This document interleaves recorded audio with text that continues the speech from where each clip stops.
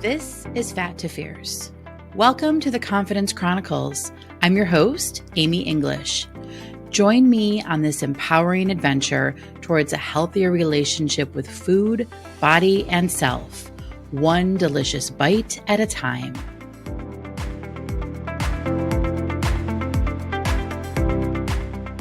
Well, hello there. Welcome to the Confidence Chronicles. I'm your host, Amy English, and this is episode number 56.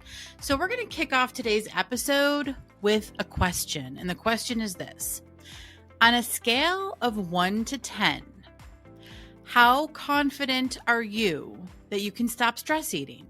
And 10 being super confident, like the most confident you could be, like absolutely no doubt in your mind, you can absolutely stop stress eating. So on that scale of 1 to 10, where do you fall? Is it a 1 where it's like seems impossible? Because that used to be the case for me for a very long time. I didn't even know it was an option to stop stress eating. I never really gave it much thought.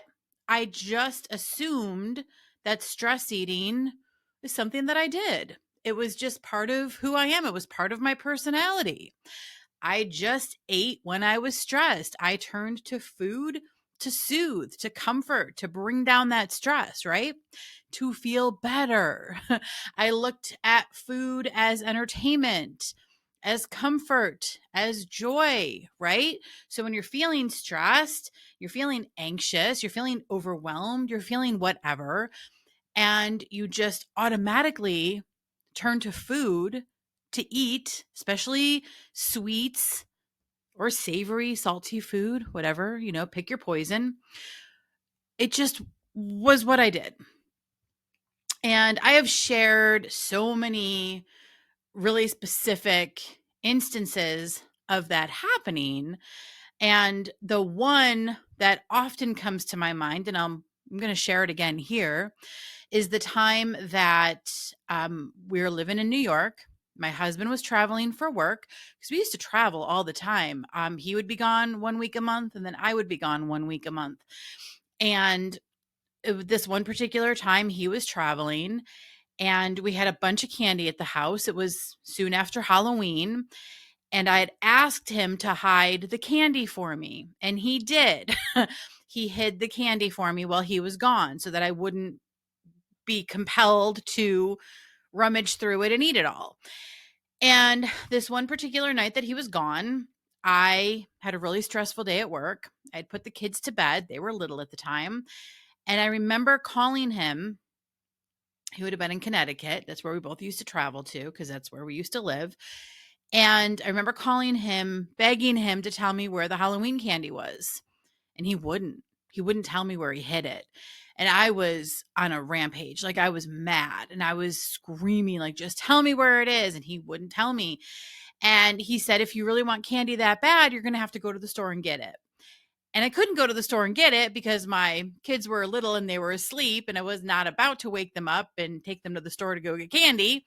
I wasn't going to leave them there home alone. So I went through the house. Like going through all the potential hiding spots I thought he would have used. Couldn't find it. Couldn't find the candy. Ended up going the night without it. But learned a very valuable lesson in that evening. Like, whoa. This is an issue. This is a thing. And I think I got to do something about it. But in the very beginning of starting to change this response, to change this behavior, to change this pattern. Because remember, that's what stress eating is. It's a pattern. It's a behavior. It's not who you are. You are not a stress eater. It's not you. You are you. Stress eating is not part of your identity, okay?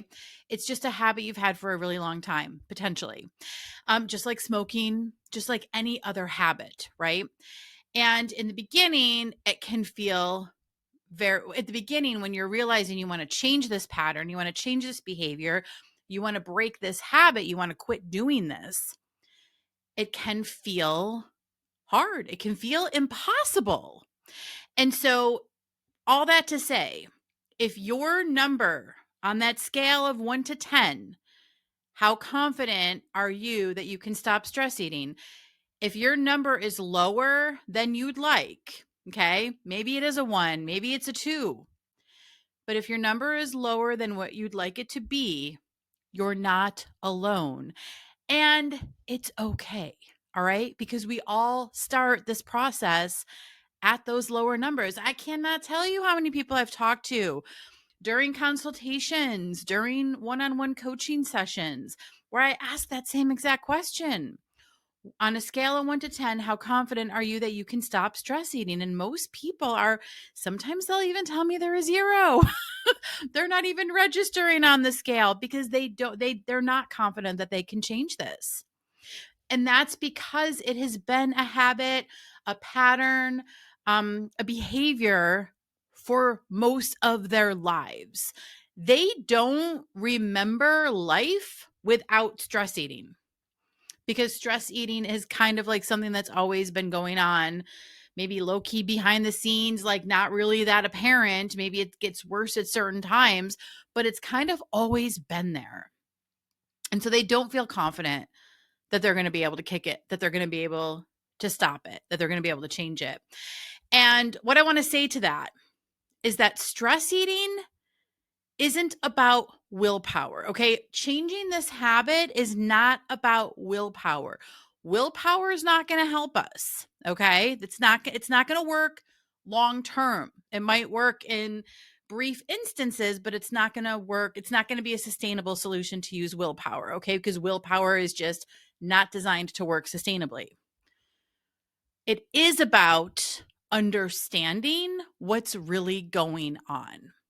So when you can start to understand the reasons behind this habit, that's what's going to start to change it. Okay. So let's dive in, shall we? Because I'm going to ask you that same question at the end of this episode. So take notes.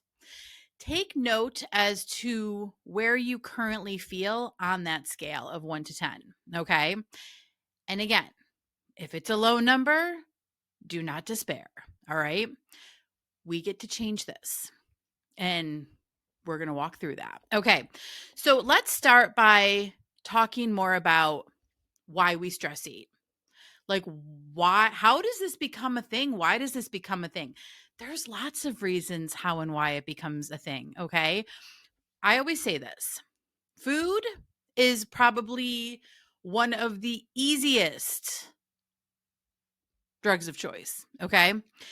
Because stress eating, having the habit of stress eating, of turning to food to cope, to distract, to numb out, all those things, right? It's no different than choosing any other kind of habit, right? Whether it be smoking, drinking, shopping, gambling, drugs, it's all kind of like that addictive behavior, right? It's just food. Food is typically easy for most people to access, not everyone, but most, right? The food we tend to stress eat, listen, I've said this before. I shouldn't say no one. Very few people, I don't think I know anybody. I'm going to take a wild and crazy guess that very few people are stress eating a bowl of broccoli. Okay. Maybe there's someone out there who likes to stress eat fruits and veggies. I don't know. I don't know many. Most people, myself included, that I know who stress eat, I used to stress eat, are choosing the, high fat, sugary, salty types of treats, which tend to be a little bit less expensive than your healthier, organic choices, right? So a lot of times when for those of us who have experienced stress eating before, food is just that easier type of item to get, especially when you're younger, right? And let's face it, a lot of times stress eating is formed when you're a kid. It's formed early in life. I've shared before my earliest memory of stress eating is when I was like in 5th grade, right? Elementary school, coming off the bus, getting home from school. So I was a young kid, and it's most common between the ages of 8 and 13 when folks start to reflect on their earliest memory of stress eating. I can ask you right now if you would be willing to reflect on your earliest memory of using food as a way to alleviate stress or to kind of like calm down, to, have some comfort from overwhelm, right? What is your earliest age, your earliest recollection of sneaking food? How old were you, right? There can be a lot of clues when we start to dig into that information and start to understand more about why we stress eat. So, I mean, it ultimately, when we're looking at it in more of a scientific way, it is the brain's response to stress, right?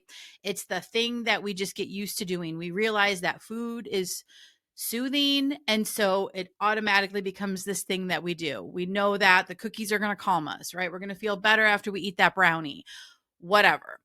And when we're stressed, when we're feeling stressed, our body craves comfort. And so for many of us, food is the easiest, fastest comfort, right?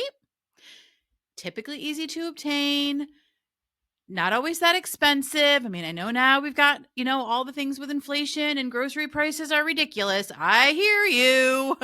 But again, most of the foods we crave when we're feeling stressed are typically pretty easy to get, okay? For the good majority of us who do stress eat. And when we learn that food can be the easiest, fastest comfort, that is just a pattern that continues to strengthen and grow over time, right? And so the emotional triggers that can lead to eating, we know, are stress, anxiety, overwhelm, loneliness, frustration, boredom, anger, sadness, right? And the eating is to numb, it's to offer a distraction, it's to offer a reward, right? And so this is why we do it. And also, there can be times when we are so like, it's something we're so used to doing that we don't even recognize when we're doing it. And those are the times, like if you've ever found yourself, with an empty bag of chips and you're like, what just happened? I just ate the entire bag of chips, right? I've shared those stories before. Not even sure like how that happened or when that happened or why that happened, right? We've been there before. I've been there before. Chances are, if you're listening to this, you've been there before too. Okay. So when we are willing to see this pattern, okay, and realize here's the other piece. I'm going to go off and do a little bit of a tangent here, but I believe it's going to be worthwhile. The other, I don't want to say problem, but I guess it kind of is. The other problem here is that because we think that willpower is going to be the answer, right? We just need to stay away from the food, or we just need to restrict ourselves.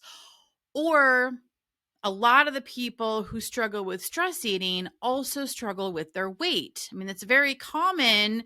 Those are two related issues, right? Kind of like a cause and effect kind of thing. And it makes sense, right? Because if you're overeating, chances are the weight's coming on, right? And then even when we lose weight and we still have these eating patterns and we eat when we're stressed, we're going to quickly put that weight back on, especially when the diet ends.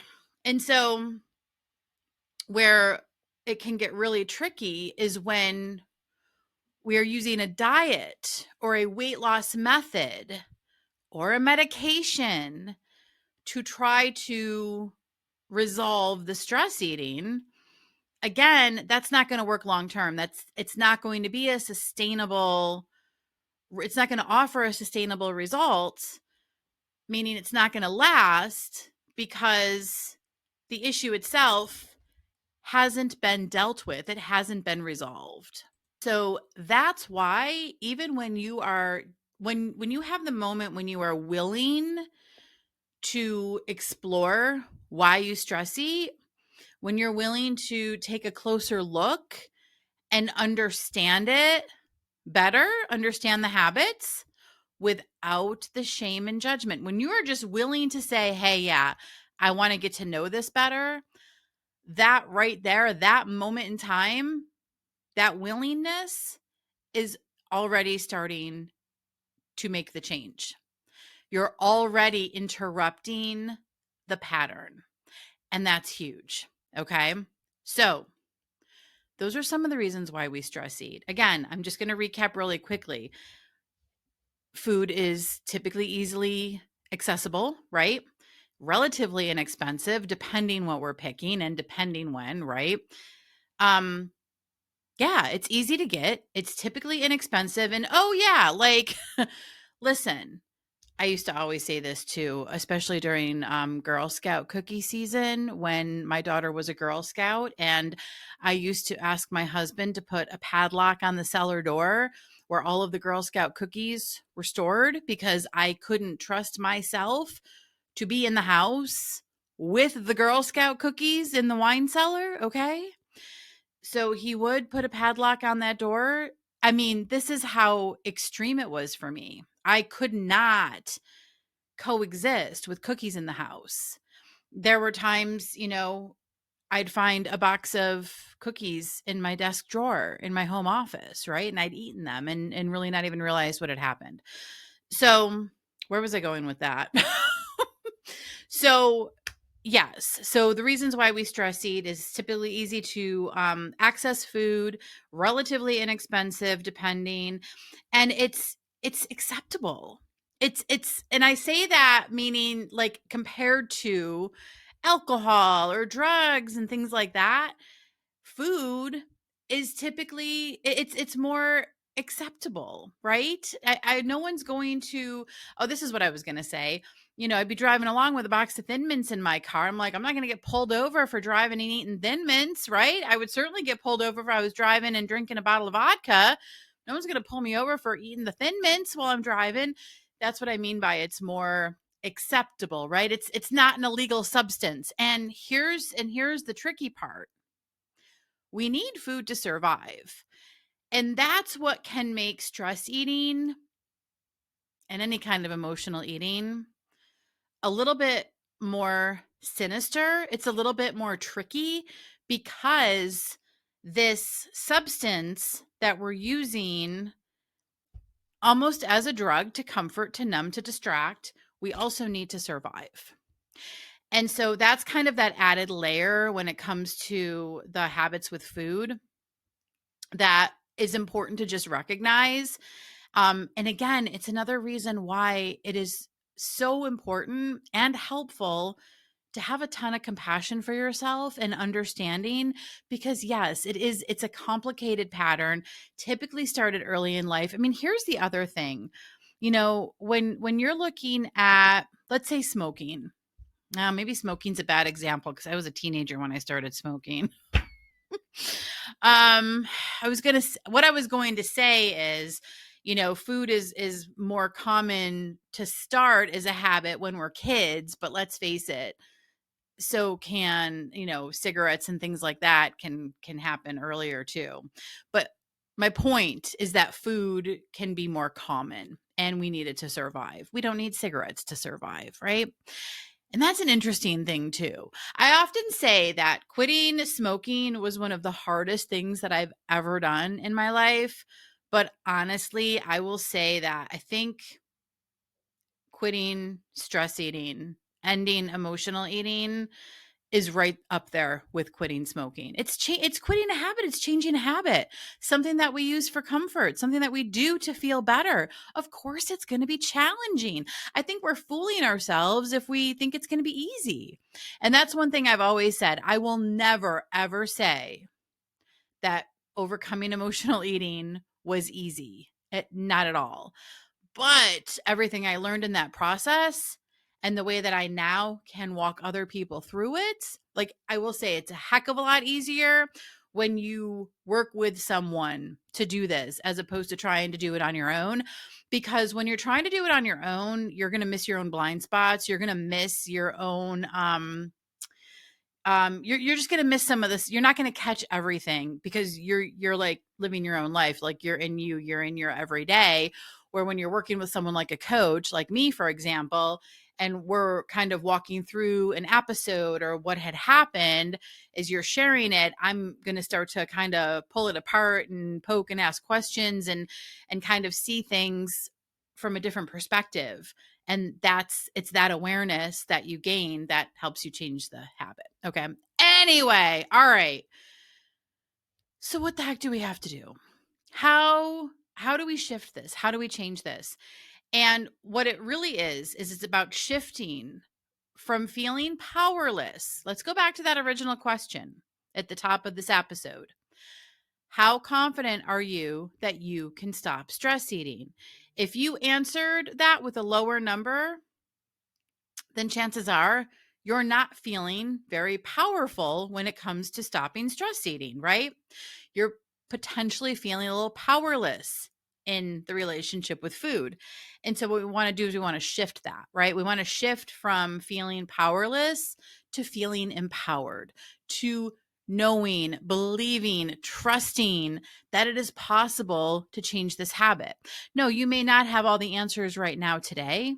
You may not be able to change it in this moment. And like I've said before, it's not a light switch, okay? It's going to take time. It's going to take time. So it's important to be patient with yourself as you work through the process. But what you can do as you're working through this process is, instead of feeling powerless all the time, feel empowered. You have your back. And you only do that by practicing. Okay. And what we want to do is we want to reframe the way that we're looking at this. And so this is kind of interesting. What if it's not about stopping stress eating? Okay. Hear me out here. And instead, it's about understanding it. It's about understanding the habit, understanding it for you, because it's going to be different for everybody.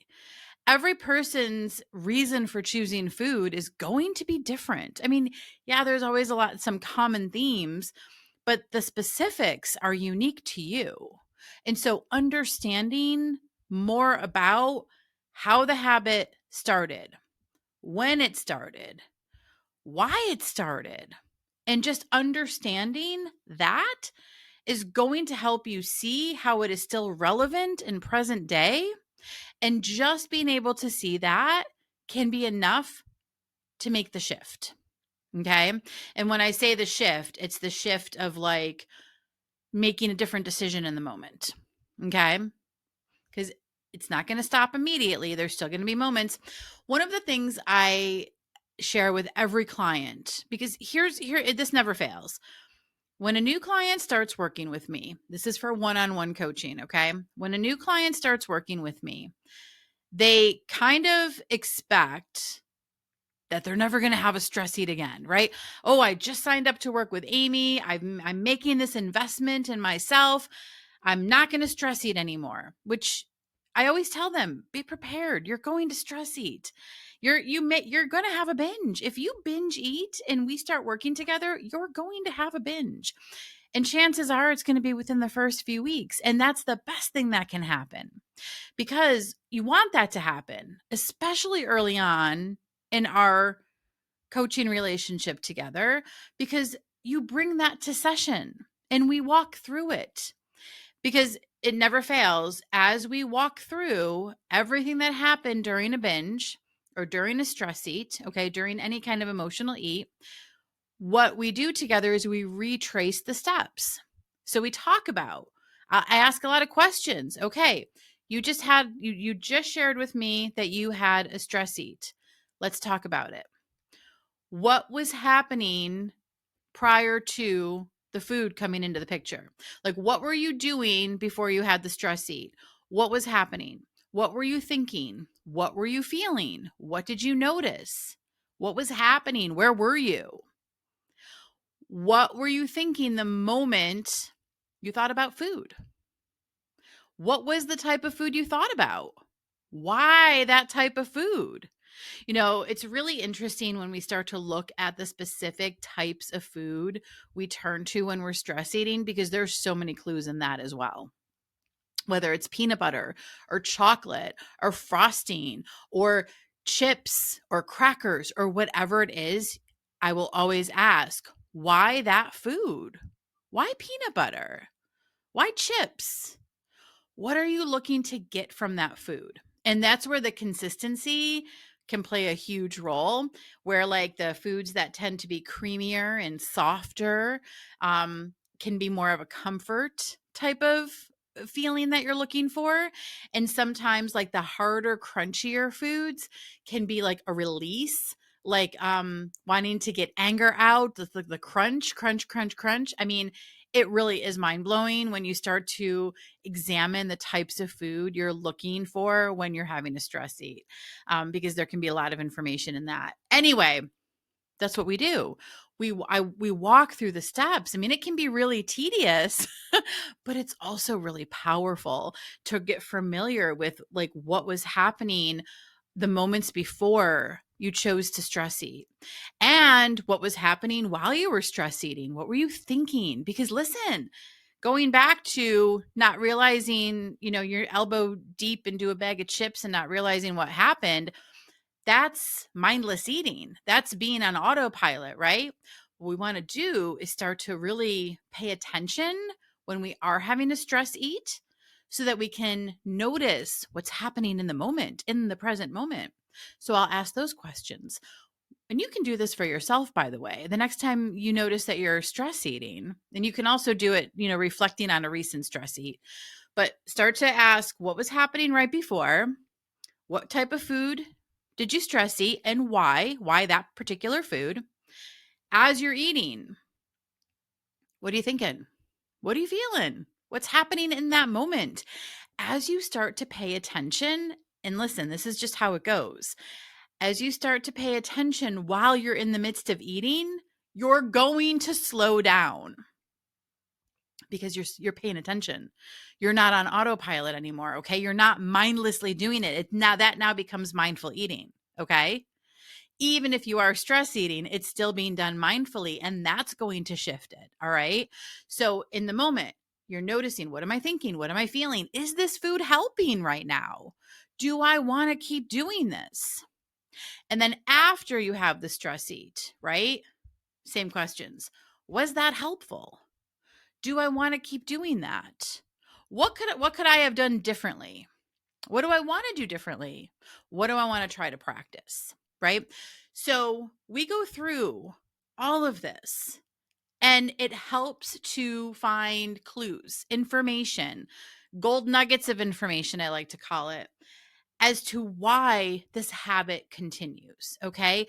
And this is where your diets and your weight loss programs, whether it be medication or whatever, just misses the mark when it comes to overcoming our habits with food, because all they do is just disguise it. Okay. They just like, it's focused on restriction, it's focused on having willpower, or just, not if you're taking a medication, right? It's just kind of blocking all of that, which again, for weight loss, fantastic. It's not going to heal the relationship with food. And this is why people are coming off these medications and the food noise is coming back, because the relationship with food has not been dealt with. Okay. Got to deal with the relationship with food if you want to change this long term. If you don't want to have to rely on these medications for the rest of your life, then you got to be willing to explore the relationship with food and understand what is happening in the moments when you're stress eating and or binge eating. Okay. It is just imperative. And this is how, listen, I know it might sound scary. I know it might sound terrifying, right? And sometimes we don't want to face this stuff. I get it. But this is how you take your power back. This is how you go from powerless to empowered. Just imagine knowing your triggers and being able to catch yourself in the moment and being able to pause and check in. and not being afraid of that anymore. Knowing that you're doing this because it's changing the habit forever. That's powerful, right? Okay. So, shifting from powerless to empowered. It's not about stopping stress eating. It's about understanding stress eating, understanding your specific behaviors, your specific triggers. What are the moments in your life when food feels like the answer? Start to notice them. For me, it was always a stressful day at work, right? Okay. This is also where the pause comes in, right? We've talked about practice the pause before. Pausing, checking in, asking, am I physically hungry right now, right? A big part of changing the habit of stress eating is really understanding your physical body and your physical hunger and being more aware, being more mindful, practicing the mindful eating. And here's a really helpful mindset shift for you. I love this, okay?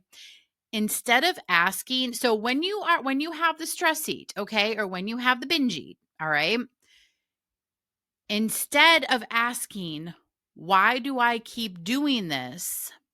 Okay, meaning, why do I keep turning to food? Try this on. What do I need instead? What do I really need in that moment? What do I really need right now? Okay. So let me paint this as a picture. Let's say you're standing in front of your pantry and you're searching for the snacks, and you have a bag of chips and you're starting to eat them and you're looking for your next thing. Okay. Like, because we know this is how it goes. And you're like, oh, why do I keep doing this? All right. Because you're frustrated with yourself because you know you're doing it. Instead of that, what do I really need right now? Just try that question on and see what the answer is. Just play with it. What do I really need right now? What do I need in this moment? Even if you're reflecting on a recent binge or a recent stress eat, what did I really need in that moment? Because even as you reflect on it, even though like it already happened, and yeah, you might be upset with yourself, it is so empowering and helpful to check in and ask, what did I really need in that moment? What could have been useful? What could have been helpful? Because once you identify that, whatever that answer is, you can then use that information moving forward. Okay? That's how you start to like build the strength to change this habit. All right? And this is where your power comes from. Okay. Let me bring this in. What is one tiny action that you would be willing to take this week as you are working to understand stress eating? Okay. It could be pausing yourself in the moment, catching yourself when you notice the idea of turning to food. Okay. Pausing, checking in. Am I hungry right now? It could be journaling. So taking a moment and just journaling, right? Picking something else to do instead when you notice the stress, right? It could be any of those things or something else that you think of. Maybe turning on your favorite song, right? Whatever the case may be. You get to decide, but picking one tiny action that you can do to interrupt the pattern, because that's all we're doing here.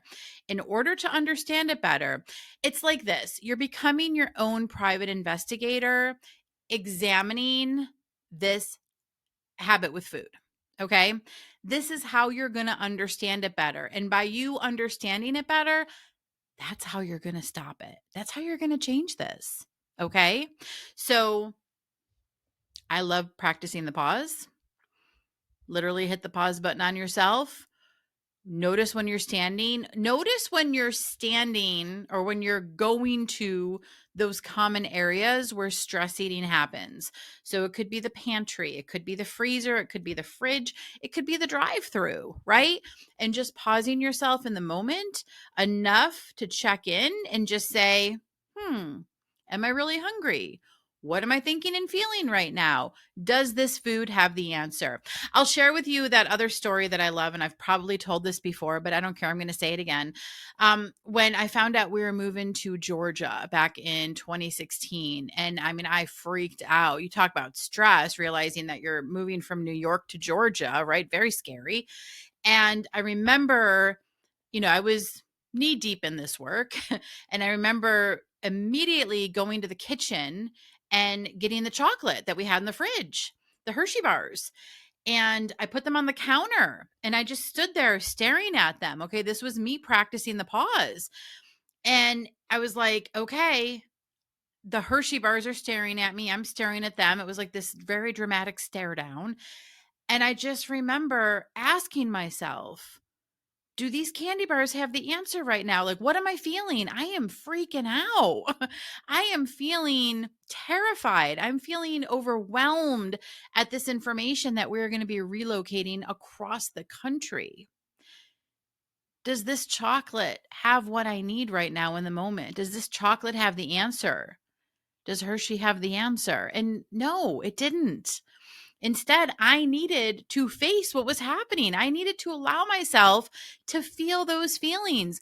Of course, I was feeling overwhelmed. Listen, it would be weird if I wasn't, right? I love my hometown of Buffalo, New York. Go Bills! I didn't necessarily want to move. So yes, it would have been weird for me in that situation if I wasn't nervous, scared, overwhelmed. We had 2 little kids. We were going to be moving schools and all the things, right? So yes, of course it was scary and I needed to feel those feelings, and all the Hershey bars we're going to do is just distract me from that and just keep bearing it down until it exploded later. So instead, I decided to put the candy bars away and just feel what I was feeling, and I decided to journal instead. So that's my question to you, and that's the homework, if you will, optional of course, is just to think about one action you can do differently when you notice the urge coming, the urge to stress eat or binge eat. Okay. And remember, this is never about perfection because there is no perfection in this game. Okay. It's going to be messy. There are going to be bumps along the road. There are times you're going to trip. There are times you're going to fall. It's okay. Here's the key. Every single time, even when there's a bump, all right, you're bringing awareness. You're learning something. There is always going to be a takeaway, even in those bumps, even in those spills. So be willing to just take a closer look at them, understand them better, understand yourself better. That is what's going to put you in the driver's seat of your journey, okay? It's going to put you in the driver's seat, meaning you're in charge. Food's no longer at the wheel, okay? That's important, all right? Okay. Going back to that original question, talking about what we've talked about today, hearing what you've heard, listening in. Let's ask that same question again. On a scale of 1 to 10, how confident are you that you can stop stress eating? Is the number the same? Has it changed slightly even? Think about it. And if it has changed ever so slightly, listen, it could be half a point, right? It doesn't matter. If it changed a little bit, and even if it didn't, I want to invite you to just consider what's one thing you're going to try this week to feel more in control around stress eating and understanding the habit better for you.